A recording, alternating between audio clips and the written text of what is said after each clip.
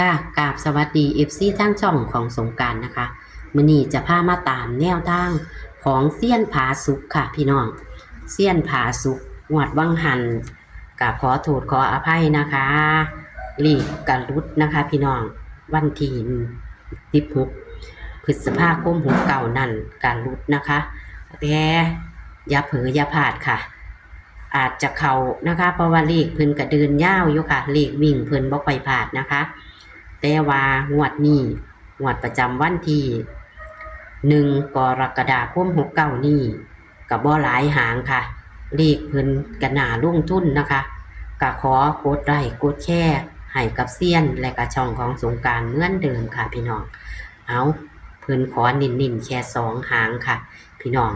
เลข3ตัวกับ2หางค่ะพี่น้องจะเป็นตัวใดเฮาไปรับชมรับฟังกันได้เลยค่ะครับสวัสดีครับแอนครับค่ะสวัสดีค่ะเป็นขาดหายอยู่ค่ะจังว่ามันเป็นยังไงผมก็เลยจับผมน้ำมันอุดมือดูนี่แล้วกันนาท้องกับร่างกับซ่าก็เลยเนี่ยเอาเก่าโอ้ยเดี๋ยวไปเปลี่ยนมือบ้านก่อนนี่ค่ะ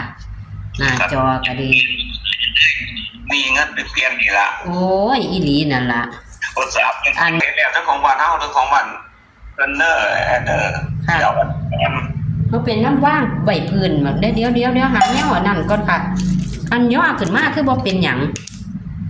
ชัดได้บ่นี่ชัดบ่ค่ะชัดเจนบ่มีเสียงแทรกสักอย่างก็หัดนั้นมันมีหลายๆเสียงนั่นคือเสียงลมพัดแน่ทั้งคือตกน้ำนะบุ๊บเพราะว่าว่างไหวพื้นค่ะมันจะเป็นมันอาจจะ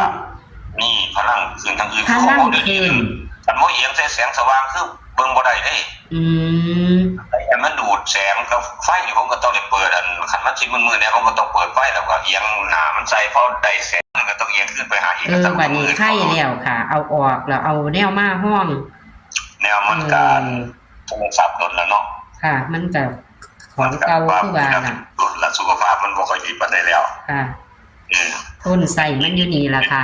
ดอกเฮาบ่ถือบ่ทันกาผัวบ่ถือเลขบางอันน่ะแอด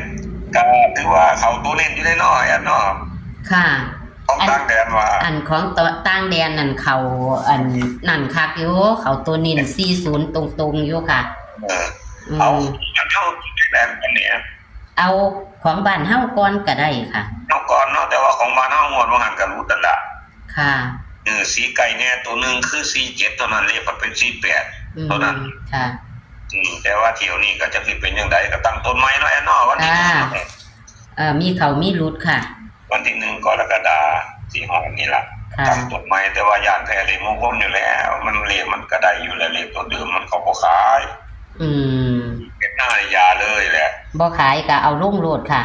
บ่เขาบ่ขายมันมีเขาก็บ่ขายแต่ว่าลอตเตอรี่ได้อยู่เด้ค่ะหาไผเขาเจ้าฟ้าวหาซื้อลอตเตอรี่เอาแต่เดี๋ยวนี้ก็บ่ได้แล้วว่ามีผู้เอาไว้เพิ่นแล้วล่ะลอตเตอรี่ก็ได้หายากแล้วล่ะนี่เลขมงคลน่ะนะแอนเนาะค่ะเอาวิ่งบนบ่วิ่งล่างของเฮานี่ล่ะเอามันสิได้เงินนี่ล่ะเอานี่ล่ะของวันที่1เลยเด้อค่ะวันที่1แท็กอย่างที่แล้วก็ค่ะวันที่1กรกฎาคมเนาะตั้งต้นไม้เนาะที่แล้วมากก็ถือว่าเข้าน้อยกว่าล่ะแต่ว่าโดยมากมาจากขึ้นแต้มลงแต้มเดี๋ยววันนี้ผมสูตรนั้นมันรู้แล้วผมพับไว้แล้วเด้อแอดเด้อบ่เอาสูตรใหม่เด้อนี่เด้ออ๋อค่ะสูตรนี้มันเคยเก่งมาคือกันผมเดินไว้ทุกสูตรน่ะแต่ว่าผมบ่ได้เอามาใส่มันเข้ามา3-4งวดมื้องวดนี้งวดที่4น่ะนี่แต่ว่าผมก็เห็นอยู่ว่ามันเข้ามาอยู่ก็เบิ่งไว้เฮาเห็นเดินเลวิ่งไว้อ่ะนะก็จะค่ะเมื่อกี้ก็พับไว้พุ่นล่ะเพิ่นเข้ามาอีกพุ่นล่ะจักสิจำมาใส่จังยามใดค่ะเฮ็ดเบิ่งไว้ว่าติวิ่ง0กับ5เด้อต้องทำงานนั้นเป็นเลขกลับกันอีกแล้วได้ค่ะเป็นเลขกลับกันจังได๋ติเอา0กับ5เป็นตัวเดียวกันของคนมือด่วนอีกแล้วตัวนึงกับประมาณตัวนึงล่ะในเลวิ่งค่ะเมื่อกี้นี่เป็นหยังมันคือรุดเนาะเลขไทยเฮานั่นเป็นเลขตายเลขน้องแม่นค่ะเอาบัดนี้เป็นขาดนี่บัดนี้ดังอีกแล้วได้จดอีกแล้วมันเป็นน้ำโทรศัพท์บ่เป็นน้ำโทรศัพท์ไหนแต่ว่าเขาฟังรู้เรื่องอยู่เนาะค่ะเอา2หยังก็ค่ะ 20 อีหยังก็ค่ะ 50 สิเด็กคันบ่ชัดสิเด็กถามซ้ำเด้อค่ะ ย้ำกระเดา ค่ะ 80 แล้วก็หน่อย80 85แล้วก็25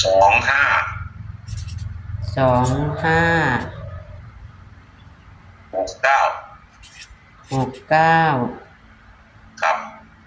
เลข6ชุดนี่แหละ ค่ะ ผมจับเลข2ตัวให้มี250ตัวหนึ่งจับเลข3ตัวให้2ชุด250ตัวหนึ่ง250 369 ผมเน้น20ครับ20กับ69นี่ก็ย่านซื้อว่าได้อยู่ดอก69ก็ได้69มาได้ใจเลยที่สงสัยเนาะไอ้เนาะผมขึ้นแต้มเป็นอะไรขึ้นแต้ม8เป็น9เป็นขึ้นแต้ม5เป็น6นะแต่ว่าผมสลับขึ้นมาไปทางนี้ซื้อผมกันทางมันนะฮะแล้วเธอมันแต้มไปค่ะเน้นละ20กับ69เลยอันเด้อผมมาเน้นเอาเลข2ตัวเพราะว่าก็มาจากเลข3ตัวนี้ผมก็ต้องจุดอัพโตกับจุดค่ะลองทวนลองแวบค่ะก็1 กรกฎาคม 69นะคะวิ่ง0กับ5บนล่างนะคะเท่ากันคือเก่าเนาะค่ะครับจับผู้2ตัว20 50 80 85 25 69เน้นที่20กับ69นะคะแล้วก็เลข3ตัว250 369อันนี้คือเฮาบ่ได้เน้นเนาะค่ะมี2หางกะเอาเลยเห็นบ่นิ่มกับ2หาง1ดอกเป็นเรื่องง่ายๆดอกว่าสูตรเมื่อกี้นี่มันก็มีได้ในตารางกันเองเนาะนะมันรุนแรงกันเลยไปแล้วสูตรที่10ง่ายกว่ากันอยู่กับว่าจับแต่ว่าเขามาแล้วเที่ยวนี้เป็นงวดที่4แล้วเด้อเพราะว่าเลขวิ่งนั่นก็ต้องมีแล้วเด้อ